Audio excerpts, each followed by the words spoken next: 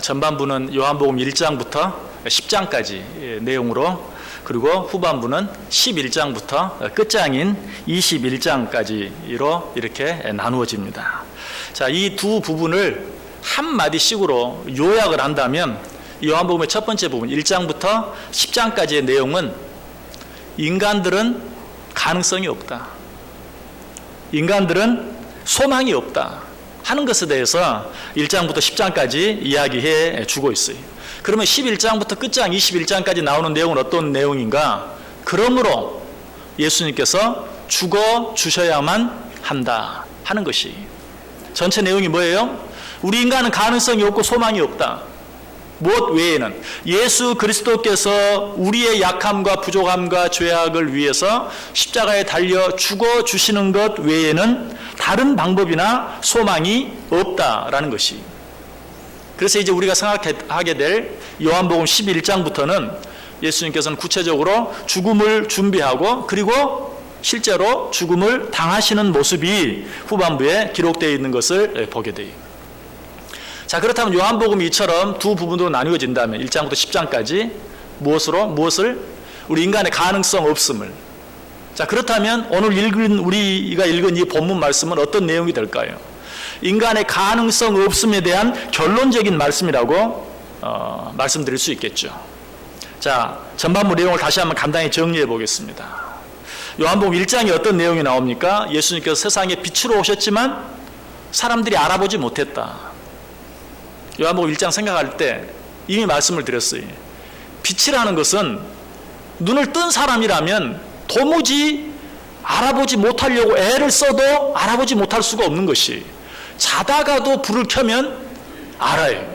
빛이 비춰지는 걸 알게 돼 있어요. 그런데 예수님이 세상에 빛으로 왔는데 사람들은 알아보지 못했다. 무슨 말이에요? 영적으로 완전히 소경이었다. 무슨 말입니까? 인간은 가능성이 없다는 것이. 자, 3장에는 어떤 내용이 나오죠? 니고데모가 나와요.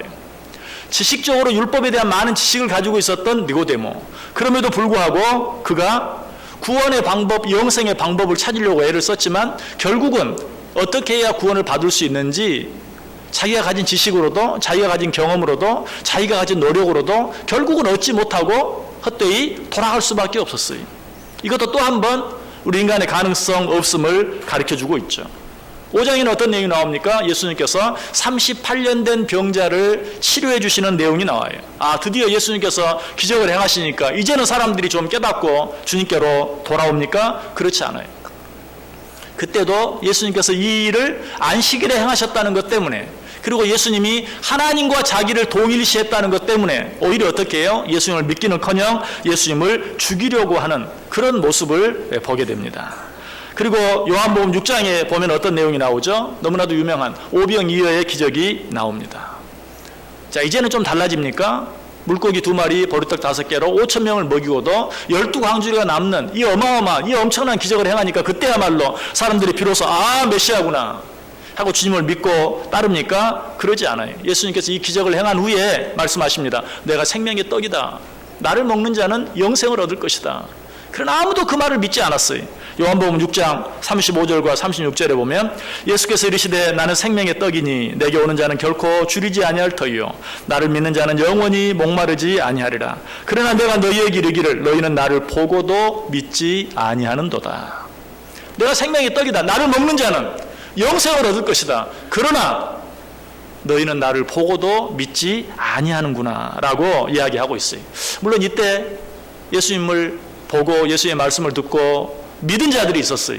그런데 예수님께서는 그들을 향해서도 말합니다. 내가 진실로 진실로 너희에게 이르노니 너희가 나를 찾는 것은 표적을 본 까닭이 아니요 떡을 먹고 배부른 까닭이로다. 우리는 이 말씀을 한번 아프게 우리 자신에게 한번 적용해 봐야 돼요. 우리는 예수를 믿습니다. 그러나 정말로 예수 그리스도를 하나님의 아들로 우리의 구주로 믿고 있는지, 아니면 떡을 먹고 배불러서 예수님을 믿음으로 말미암아 받은 어떤 축복이나 예수를 믿음으로 말미암아 받게 될 어떤 축복 때문에 예수를 믿고 있지는 않는지 한번 확인해 볼 수 있어야 돼요. 자, 계속해서 이제 요한복음 8장 가면 어떻습니까? 뭔가 좀 더 나아지는 것이 있습니까? 그렇지 않아요. 여전히 인간들은 가능성이 없어요. 그래서 이제 예수님께서 내가 너희들을 위해 죽어줘야 되겠구나. 예수님이 죽어주셔야 된다는 사실을 암시적으로 그들에게 말씀하십니다. 요한복음 8장 21절에 보면 다시 이르시되 내가 가리니 너희가 나를 찾다가 너희 죄 가운데서 죽겠고 내가 가는 곳에는 너희가 오지 못하리라. 너희들 너희 죄 가운데 죽을 수밖에 없겠구나. 너희들 너희 죄로 말미암아 영원히 멸망할 수밖에 없겠구나 라고 이야기해요. 그러자 그들이 뭐라고 한 줄 아십니까? 예수님께서 내가 너희들을 위해 죽어주는 것 외에는 방법이 없구나 라고 말씀하시자 바로 그 다음 절에서 유대인들이 이르되 그가 말하기를 내가 가는 곳에는 너희가 오지 못하리라 하니 그가 자결하려는가? 아니 어디 가시길래 당신께서 가는 곳에 우리가 가지 못한다고 하느냐? 스스로 목숨을 끊으려고 하는가? 라고 하면서 빈정거리는 모습을 봐요. 자, 자식들이 속을 썩입니다. 그럼 부모와 가슴을 치면서 아이고 속 터져. 이러다 내 명대로 못 살지. 그러면 어떻습니까? 자녀들이 깜짝 놀라면서 아유 아버지 어머니 왜 그러세요? 뭐 때문에 그렇게 속상해 하세요? 이럽니까? 아니 어젯밤에 뭐 잘못 드셨어요? 왜 이렇게 가슴을 치고 그러세요? 그야말로 속 터지는 모습이죠. 지금 예수님이 그렇게 하고 있어요. 너희들 정말 가능성이 없구나, 소망이 없구나, 너희들 위해 내가 죽어야 되겠다. 그러니까 제자들이 뭐라고 말해요? 자살하려고 하는가? 도대체 어디로 가시길래 우리가 따라오지 못한다고 하는가? 이런 그야말로 속 터지는 일을 계속해서 하고 있는 것을 보게 돼요. 자, 이제 전반부의 거의 마지막 부분인 요한복음 9장, 우리가 바로 얼마 전에 생각해 보았죠. 자, 요한복음 9장에서는 예수님께서 어떻게 하십니까? 요한복음 9장 16절에 보면 예수님께서 날 때부터 소경된 자를 고쳐주시는 모습을 보고 그들이 드디어 지금 예수님께서 행하신 기적만도 방금 언급한 것만도 크게 세 번째죠. 38년 된 병자를 고치시고 오병이의 기적을 행하시고 이제 날 때부터 소경된 자를 고치시고, 자 이쯤 되면 예수를 믿을 만도 한데 따를 만도 한데 역시 어떻게 말해요? 요한복음 9장 16절에 이 사람이 안식일을 지키지 아니하니 하나님께로부터 온 자가 아니라, 여전히 안식일에 그 일을 행했다는 것 때문에 이런 하나님의 아들이 아니다 라고 그를 부인하는 그런 모습을 보게 돼요. 자, 이제 나온 방법은 무엇이라고요? 다른 방법이 없어요. 예수님께서 이런 인간들, 이런 우리들을 위해서 죽어주시는 것, 그것 외에는 다른 방법이 없어요. 이것이 요한복음 1장부터 10장까지 나와 있는 내용의 중심이에요. 자, 그런데 여기서 우리는 이렇게 한번 질문해 볼 수 있겠죠. 정말 우리 인간들을 구원할 수 있는 방법이 예수님께서 우리를 위해 죽어주시는 것 외에 다른 방법이 없다면 요한복음 1장부터 예수님께서 빛으로 세상에 오셨다, 그러나 사람들이 알지 못했다, 그렇게 시작할 것이 아니라 예수님께서 오시자마자 우리들을 위해 죽어주셨으면 되는 것 아니냐, 그것 외에 다른 방법이 없는 인간들이라는 것을 아셨다면 처음부터 죽어주시면 되지 왜 이 방법 써보고 저 방법 써보고 또 다른 방법 써보고 그래도 안 되니까 이제서야 내가 너희를 죽어야 하겠다라고 말씀하시는가? 여러분 왜 그러셨을까요? 여러분 예수님께서 덜컥 우리를 위해 죽어주시면 우리는 예수님이 왜 죽으셨는지조차 알지 못해요. 예수님께 처음부터 우리의 죄를 위하여 대신 죽어주시기 위하여 오셨어요.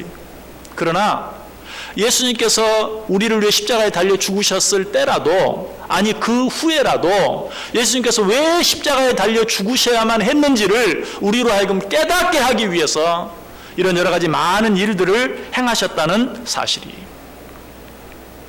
여러분 예수님께서 우리를 위해 죽어주셨다는 사실, 여러분 지금까지 예수님께서 얼마나 많이 간접적으로 직접적으로 설명하고 말씀했는지 몰라요. 그러나 깨닫지 못해요.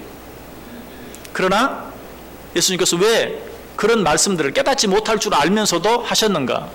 실제로 예수님이 죽으시고 다시 살아나신 후에라도 그 사실을 보고 깨닫게 해주시기 위해서 우리는 이런 예수님의 뜻을, 예수님 십자가에 달려 죽으시고 나서 무덤에 장사되었을 때 제일 먼저 그 무덤을 찾아간 예수님을 지극히 사랑했던 여러 여인들의 모습을 통해서 알게 돼요.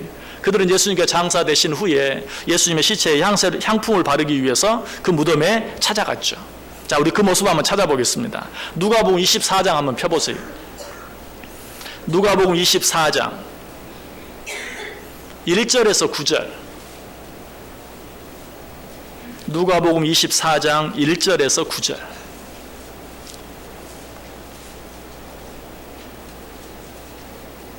누가복음 24장 1절에서 9절. 역시 교독합니다. 제가 먼저 1절 읽습니다. 안식 후 첫날 새벽에 이 여자들이 그 준비한 향품을 가지고 무덤에 가서 들어가니 주 예수의 시체가 보이지 아니하더라.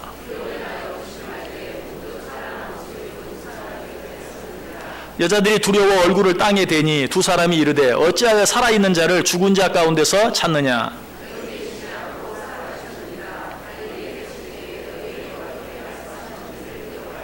이르시기를 인자가 죄인의 손에 넘겨져 십자가에 못 박히고 제3일에 다시 살아나야 하리라 하셨느니라 한데,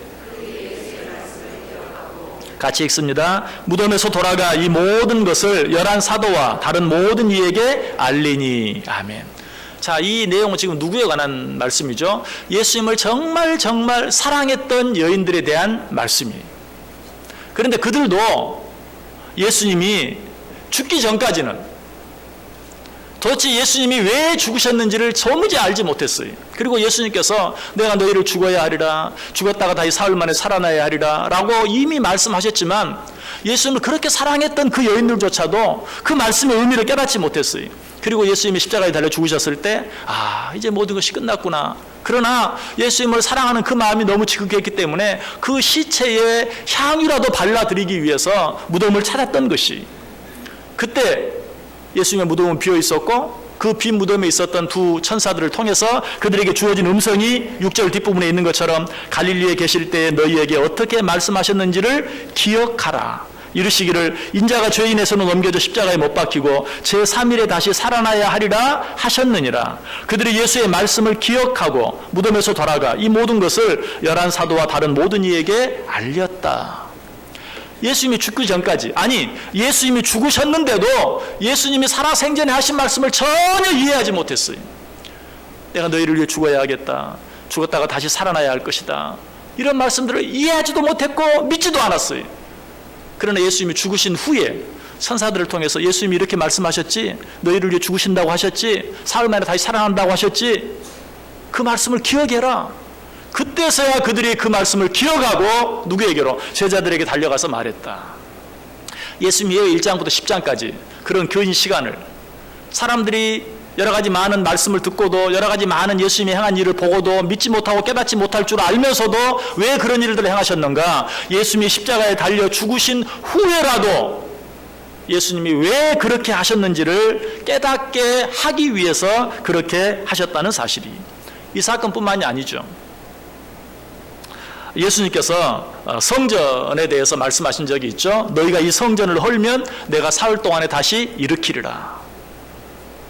예수님께서 이렇게 말씀하신 이유는 뭐예요? 이 성전을 헐면 내가 다시 세우겠다는 말이 아니라, 이것은 예수님 자신의 성전인 것을 가리키시면서 너희가 나를 죽이면 내가 사흘 후에 다시 부활할 것을 우리에게 가르쳐주고 있는 말씀이에요. 그런데 사람들은 어때요? 그 당시에는 깨달았어요? 못 깨달았어요? 전혀 못 깨달았어요. 그래서 뭐라고 말합니까? 이 성전은 46년 동안 지어졌는데 아니 사흘 만에 다시 세우겠다니 무슨 말이야? 무슨 말도 안 되는 소리야. 그러나 후에 어떻습니까? 요한복음 2장 22절 보면 죽은 자 가운데서 살아나신 후에야 제자들이 이 말씀하신 것을 기억하고 성경과 예수께서 하신 말씀을 믿었더라. 예수님이 하신 말씀들은 다 그 순간에 깨닫기를 바라는 것이 아니라 그 순간은 말해도 깨닫지 못할 줄 알았어요. 그러면서도 후에라도 예수님이 정말 십자가에 달려 죽으셨다가 다시 부활하신 후에라도 깨닫게 하기 위해서 그런 말씀들을 행하셨고 그런 일들을 행하셨다. 여러분 부모도 마찬가지죠. 여러분 부모로서 자녀들에게 많은 말들을 하죠. 그런데 그런 말들을 하면서 내가 말하면 자식이니까 듣겠지 이렇게 생각하면서 말하는 부모가 있다면 참 어리석은 부모예요.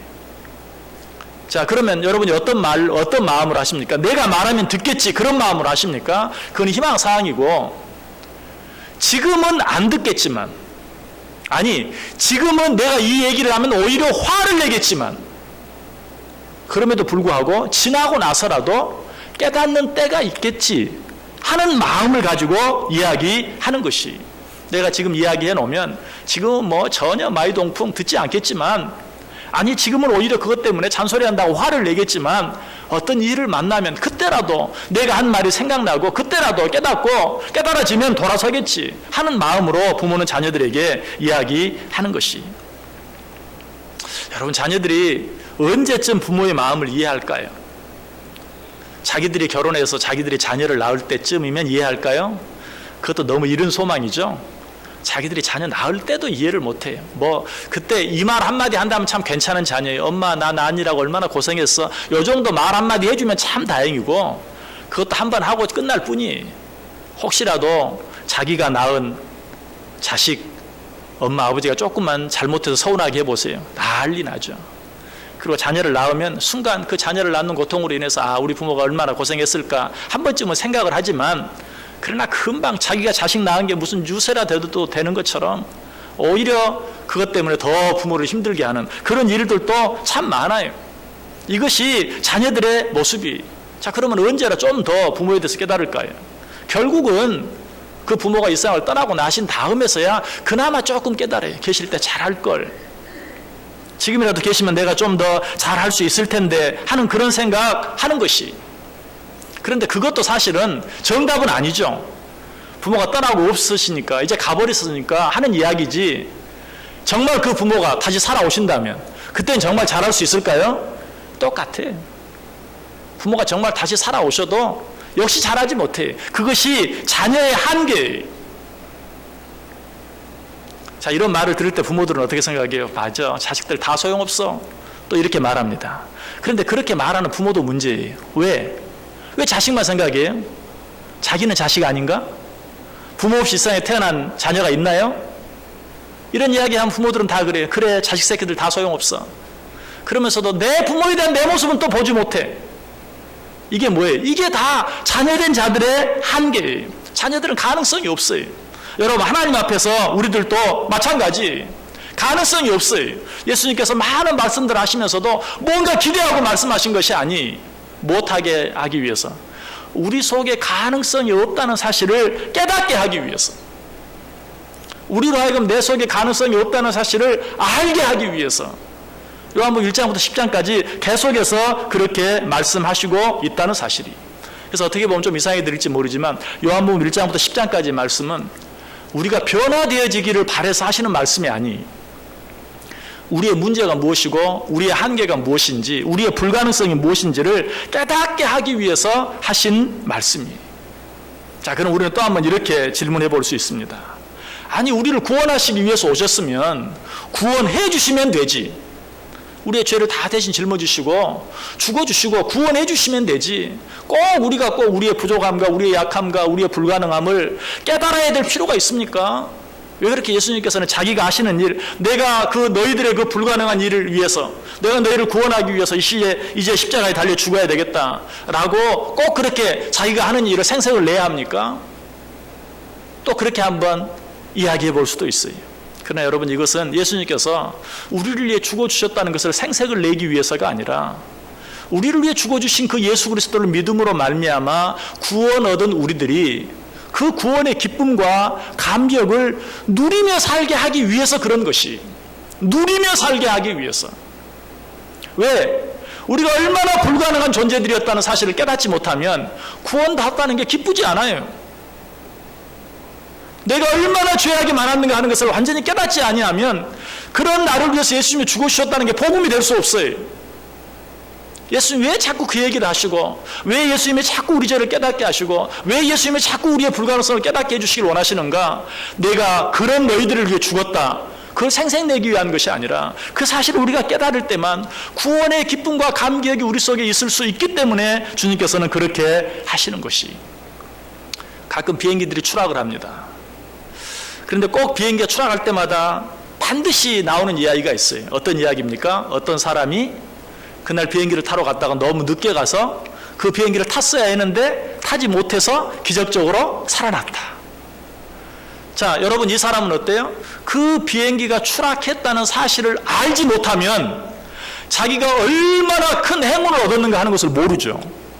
그러나 그 비행기가 추락했다는 사실을 알게 됨으로 말미암아서 자기가 얼마나 큰 행운을 얻었는가 하는 것을 비로소 알게 되고 평생 그 이야기를 하면서 자기 삶에도, 그래, 정말 나에게 그런 기회가 또 한 번 주어졌는데, 나에게 이런 행운이 주어졌는데 이제는 내가 내 삶을 좀 더 잘 살아야지, 나의 인생은 이제 이거 덤으로 얻은 인생이야, 이제 남을 위해 봉사하며 살아야지 하는 생각을 하게 되는 것이, 자기가 실제로 그런 행운을 얻었지만 비행기가 추락했다는 사실을 모른 다음에 그 사람은 평생 그 일 가지고 불평만 하며 살 거예요. 아, 그때 내가 그냥 막 시간을 좀 늦었더니 세상에 나를 태워주지도 않고 비행기가 가버렸다고. 요즘 항공사들이 이렇게 갑질을 한다고. 내가 뭐 늦은 것을 5분밖에 안 늦었는데 평생 불평만 하며 살 거예요.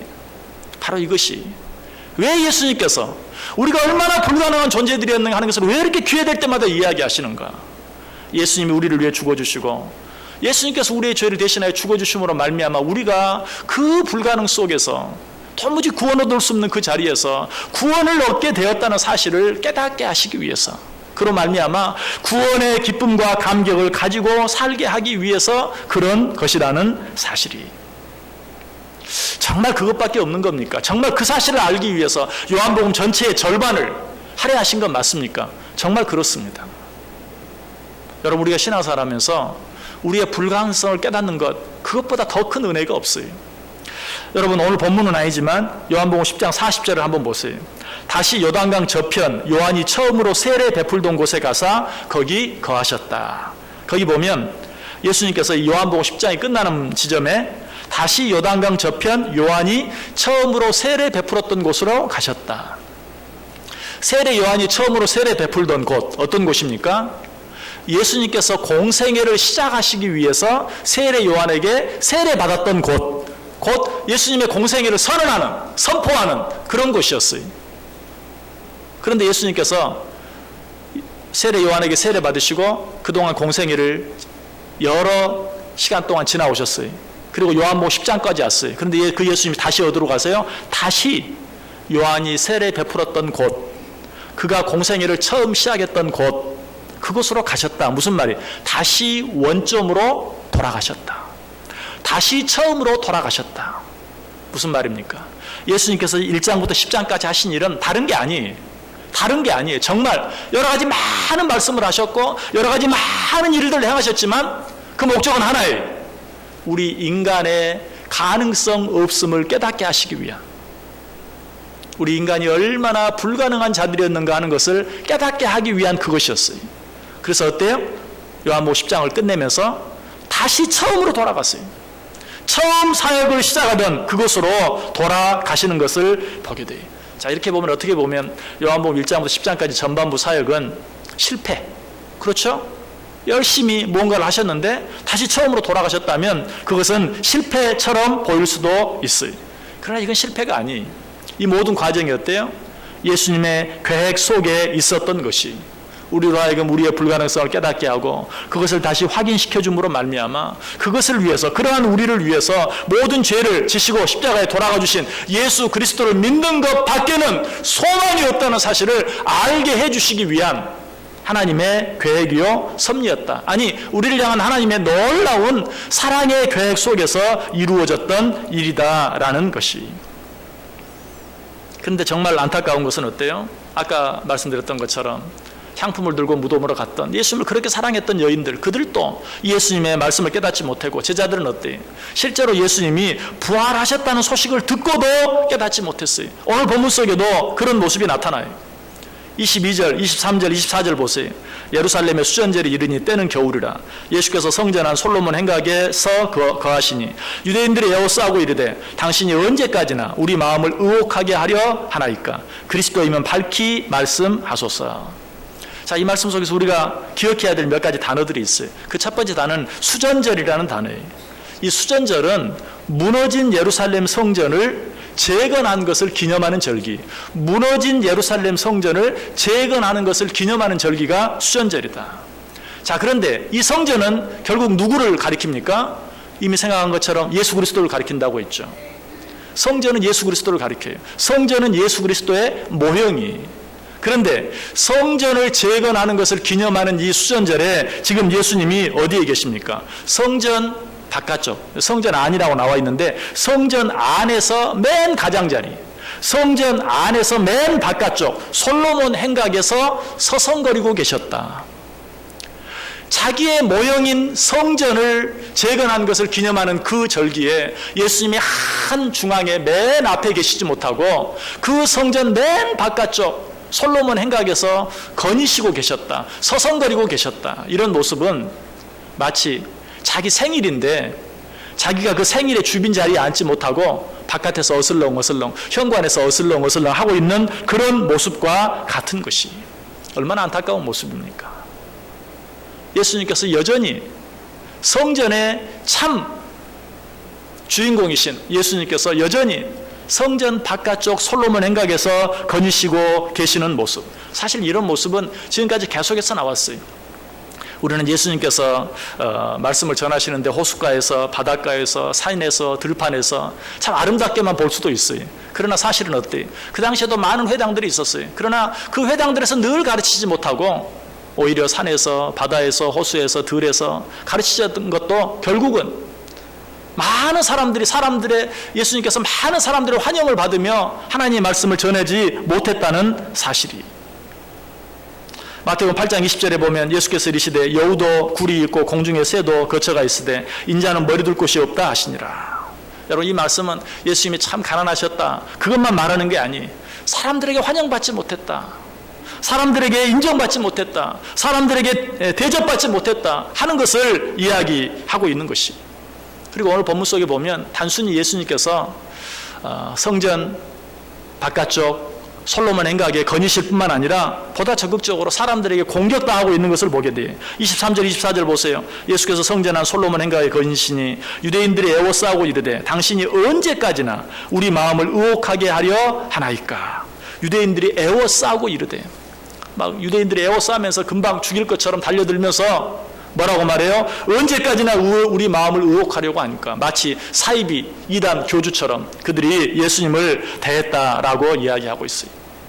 한 가지 더 생각해야 될 단어가 있어요. 그것은 무엇입니까? 22절에 나오는 말이 때는 겨울이라.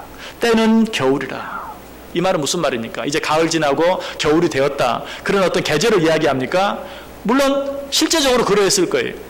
가을이 지나고 이제 겨울이 되었을 것이. 그러나 그것을 통해서 예수님께서 상징적으로 우리에게 말씀하려고 하는 것이 있어요. 때는 겨울이라. 무슨 말입니까? 모든 기회의 때가 다 지나갔다는 것이.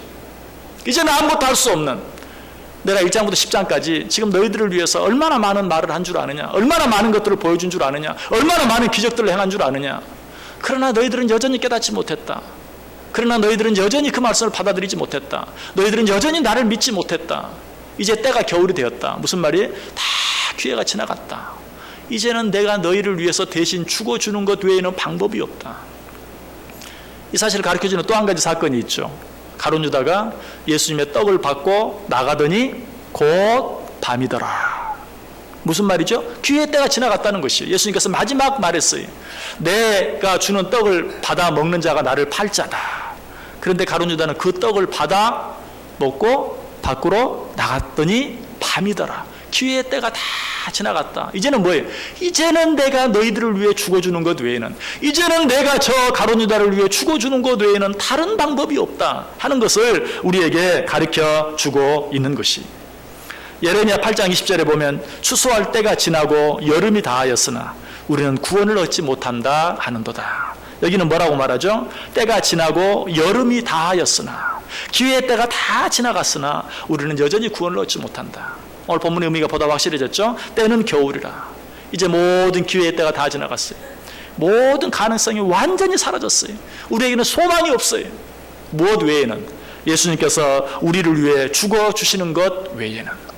여러분, 만약에 요한복음이 여기서 끝나고 말았다면 우리는 구원받을 수 있는 사람이 한 사람도 없어요. 정말 이 말씀은 복음이 아니라 우리에게 저주의 말씀이 되고 말았을 거예요. 그런데 너무나 감사한 것은 요한복음이 여기서 끝나지 아니하고 또 11장부터 21장까지 계속된다는 것이. 그리고 그 사실을 먼저 우리가 너무 실망하고 낙심해 버릴까 봐 오늘 본문 속에서도 분명히 이야기하고 지나가요. 28절 29절 보세요. 우리 다 같이 한번 한 목소리로 읽습니다. 시작. 내가 그들에게 영생을 주노니 영원히 멸망하지 아니할 것이요 또 그들을 내 손에서 빼앗을 자가 없느니라. 그들을 주신 내 아버지는 만물보다 크심에 아무도 아버지 손에서 빼앗을 수 없느니라.